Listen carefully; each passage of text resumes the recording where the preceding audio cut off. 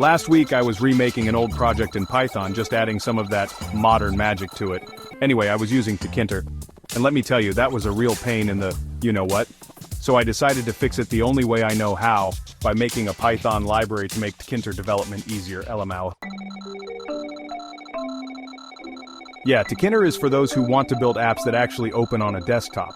Because seriously, who wants their app to be at the mercy of a browser with the subtlety of an Internet Explorer update from 2004? So what exactly is tkreload development? For the uninitiated, tkreload is like the OG python-gui toolkit. It's how you make windows, buttons, sliders, basically anything that doesn't belong in a browser tab. You know, for real developers. And so I made tkreload, the library that will make tkreload way less painful, saving you from endless reruns, just to see if that button actually aligns where you want it to. You can grab it on GitHub, and it's as simple as, to easily get started, use the command pip install tkreload.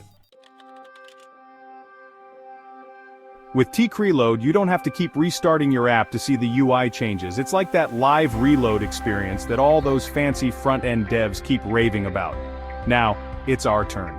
This thing just works. You tweak your code, hit save, and tkreload automatically refreshes the app window for you. No more Ctrl+C and praying tkreload didn't lock up your CPU. And that's it.